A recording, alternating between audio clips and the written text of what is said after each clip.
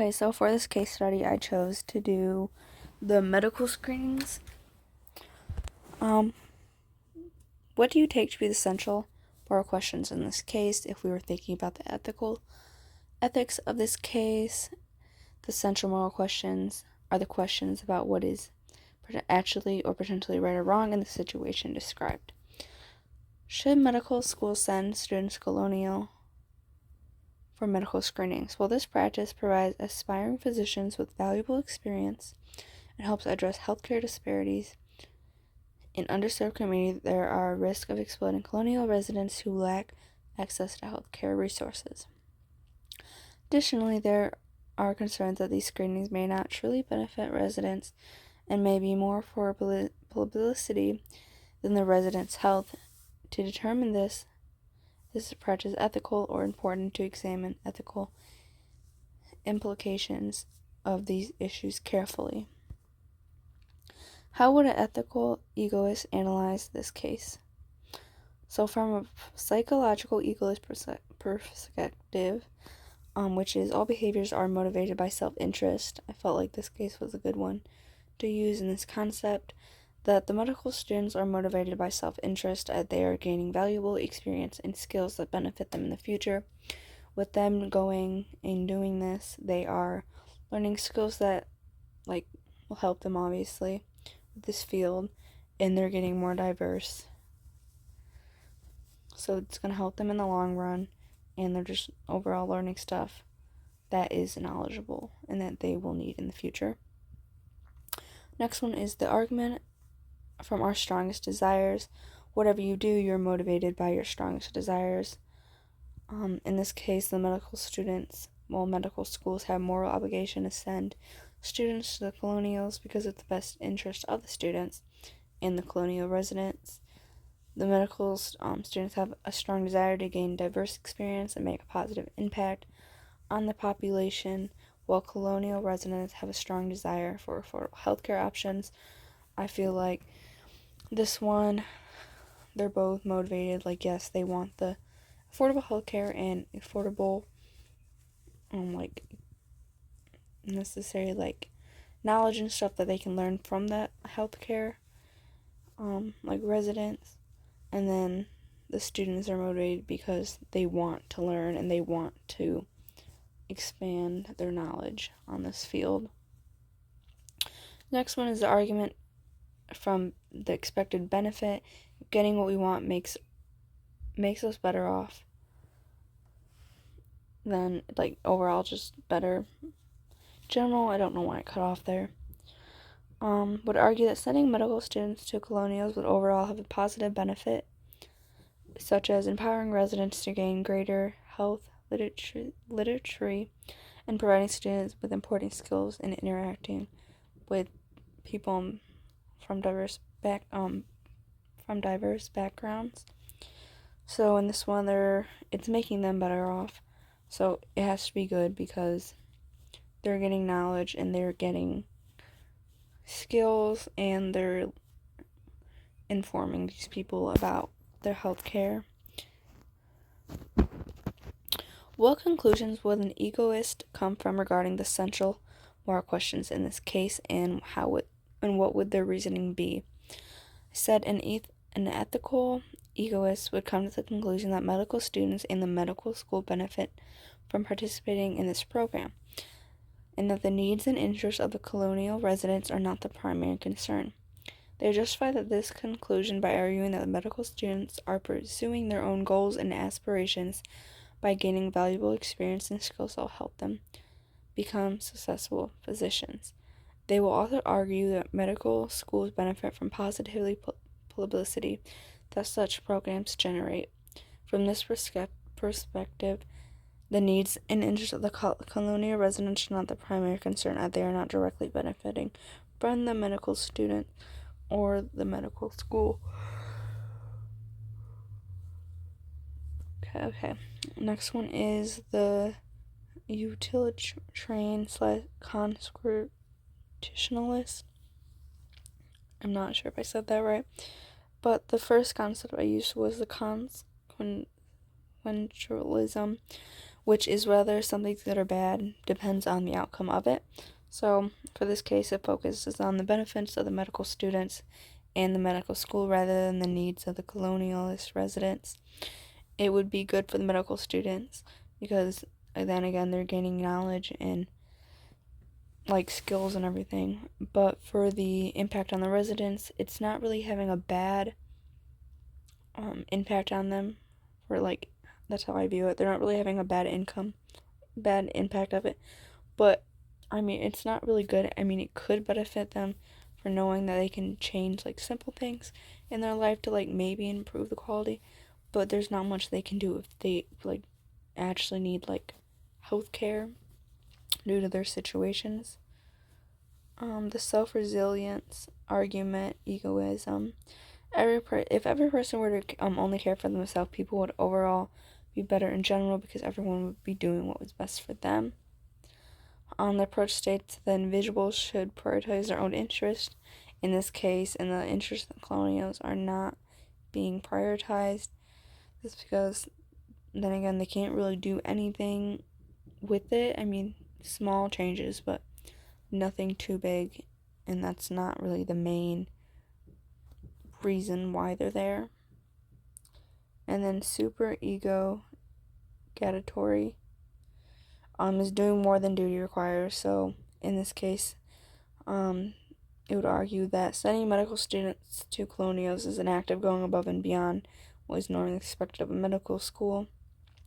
I said this, I was kind of iffy on this one, but I felt like it could apply, was because some medical schools you can do like, I know like some medical schools like now they have their own like hospital where they just send them to like watch and really just like mentor over there, will get mentored and like learn simple things. But with sending them out to these like colonial areas, they are benefiting like the people over there too, because they're normally not used to this, and they can spread information about the healthcare field and what they could do to benefit themselves.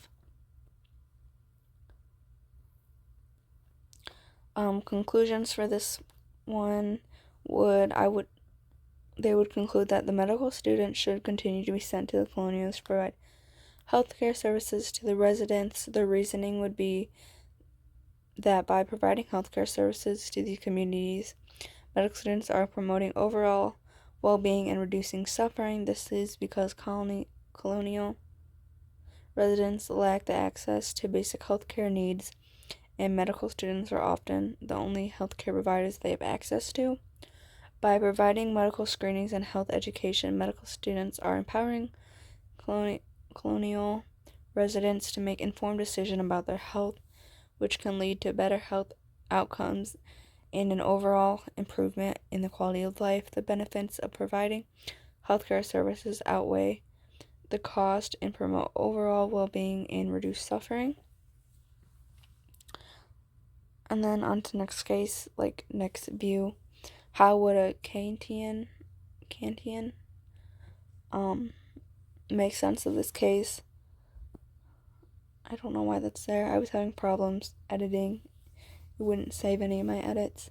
A Kantian would analyze this case using the duty to treat others as the end in themselves and not merely a means to an end. Medical students have a duty to provide medical screenings in colonial residents as an end in itself, not just as a means to gain diverse experience or for publicity for the medical school. By providing medical screening, medical students are treating colonial residents as individual with inherent worth and dignity, not just means to an end. Additionally, a Kantian would argue that the medical screening is a universal maximum, which is a rule that connects an action to the reasons for the action, and that it should be followed by all aspiring physicians as a duty to promote the health and well-being of others. A Kantian would argue that the moral duty, which is to follow the moral law, also known as the categorical imperative of medical schools, is to provide affordable healthcare options to colonial residents. rather than solely sending students to perform screenings. This is because the canteen believed that in treating people as ends in themselves rather than merely ends to an end by providing affordable healthcare options. Medical schools would be treating the colonial residents with respect and dignity that they deserve rather than just using them to gain diverse experiences. The ethical imperative, one should always respect the humanity in others, and the one should act in accordance with the rules that could hold for everyone. Requires us to treat all people with dignity and respect, and to work greater for good of the society. Medical schools can fulfill this imperative by advocating for policy changes that address healthcare disparities, and by supporting local healthcare providers who serve colonial residents. Conclusions that would be made from the Canadian would argue that it's the moral duty of medical schools to provide affordable healthcare options to the colonial residents rather than solely sending students to perform screenings. It's because they believe treating people as ends in themselves rather than merely an ends to an end. By providing affordable healthcare options, medical schools would be treating colonial residents with respect and dignity that they deserve, rather than using them and to gain diverse experience. Justify this conclusion by pointing to the universality of the maximum to provide affordable healthcare options to colonial residents. If everyone were to act on this maximum, then everyone would have access to affordable healthcare, which is a desirable outcome. The next thing we're looking at is how would a virtue ethicist such as Aristotle analyze this case. So Aristotle would analyze the situation in terms of the moral and intellectual virtues. I combine these two together. So moral virtues are character traits that are thought to be essential to living a good and fulfilling life, and they include traits such as courage, justice, honesty, compassion, and kindness. The intellectual virtues, on the other hand, are character traits that are essential to being a good thinker and learner, which include things like open-mindedness, intellectual humility, and quantumlist. Both sets of virtues are important for living a well-rounded and fulfillful life. He would commend the medical schools for sending students to areas where they can gain diverse experience and do most good. He would empathize the importance of cultivating virtues such as compassion, justice, and courage in order to serve the needs of diverse communities. He would also argue that medical students should develop good habits such as empathy, and that are necessary for building strong relationships with patients. This one is problem of moral guidance. Said he would caution against using the colonial residents as a means to an end, such as gaining publicity for the medical school. Instead, he would empathize the importance of treating the colonial residents with compassion, respect, and working to address the underlying social and economic factors that contribute to the lack of health care. The conclusions for this would argue that medical schools have moral obligations to provide affordable health care option to the colonial residents rather than solely sending the student to perform screenings. This is because the virtue ethicists believe that the development of virtuous character traits such as compassion and empathy can only be achieved through direct interaction with patients. By providing affordable healthcare option, medical schools would be allowing aspiring physicians to develop the vigorous character traits to be truly how colonial residents.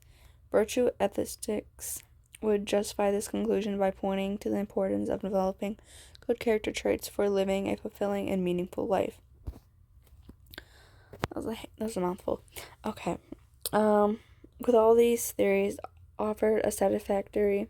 Which of these theories offer a satisfactory response to the central moral questions of this case, and which ones offer an unsatisfactory response? So I said the utilitarianism offers a satisfactory response to the central moral question of this case because it emphasizes the importance of maximizing overall happiness or well-being, and in this case it suggests that medical students should travel to the colonies